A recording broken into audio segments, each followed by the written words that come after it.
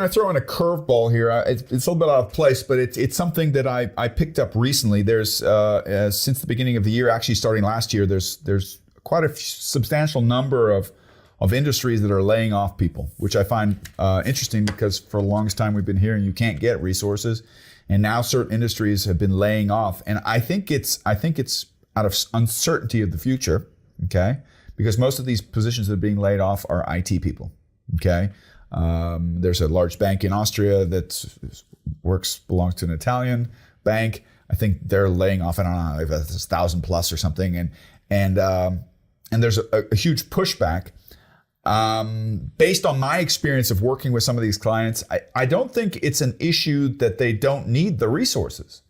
I think it's a kind of reflexive approach of I'm going to make a daring statement here of board members that say, listen, AI is here. We don't know how it works, but this is what we've heard that it can do. It can reduce our legal costs. It can reduce our IT costs because we have now the AI can do our programming. So I think to communicate outwardly that they're doing something with AI, which they're not sufficiently, okay? They're preventatively, so it looks good on the books, laying off a bunch of workers, okay? So that they can say, we're laying them off because AI, okay?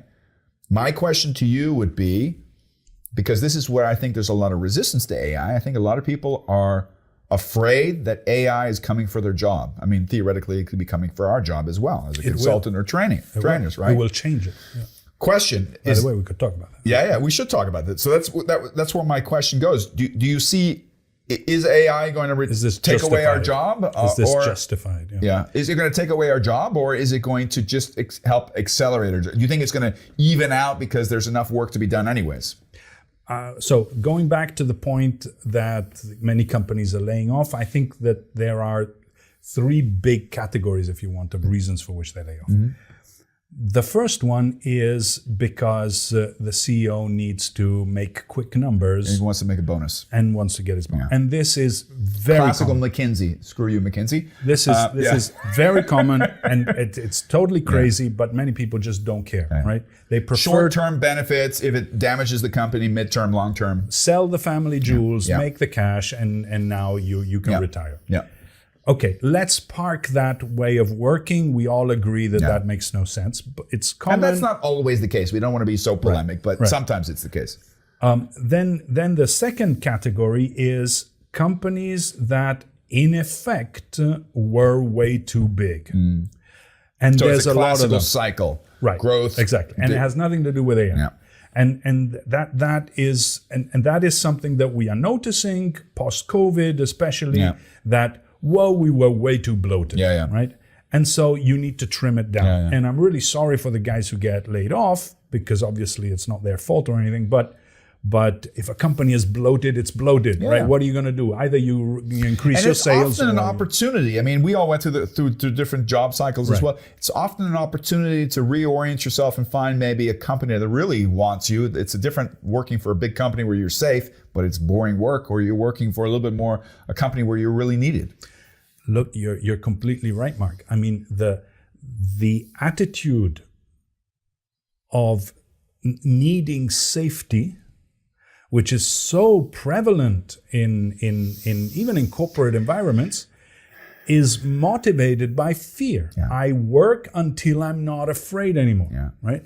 Now, in order to overcome this, there's only one way, and that is to acknowledge the fact that lack of safety can actually be an opportunity.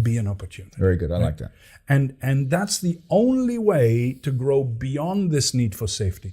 If someone comes and pampers you and tells you you are safe, I will never fire you, you're not growing beyond that. Yeah. You're not growing. You're going to still need safety, and you're going to still be motivated by fear. Only there's no fear, so you're not working. Yeah.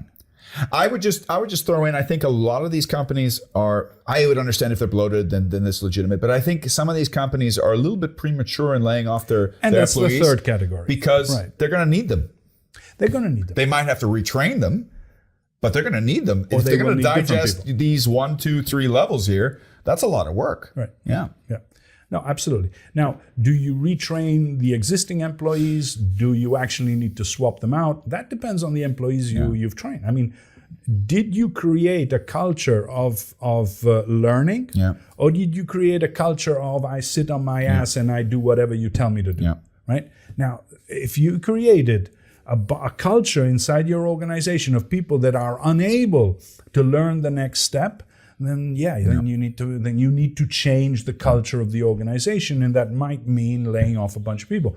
On the other hand, if you've created an organization where people are excited about the next new thing, then you I think that's also interesting, and I think the lot of fear there is, and I don't think there's. I know there's a lot of online training, and I've looked at some of it, but most of it is dismal. It's pathetic. It's a lot of fluff, a lot of blah blah. It's confusing more than it is clarifying.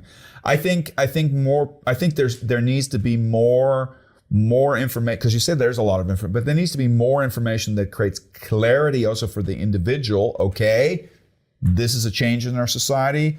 How do I get on board? Right. I think that would be interesting.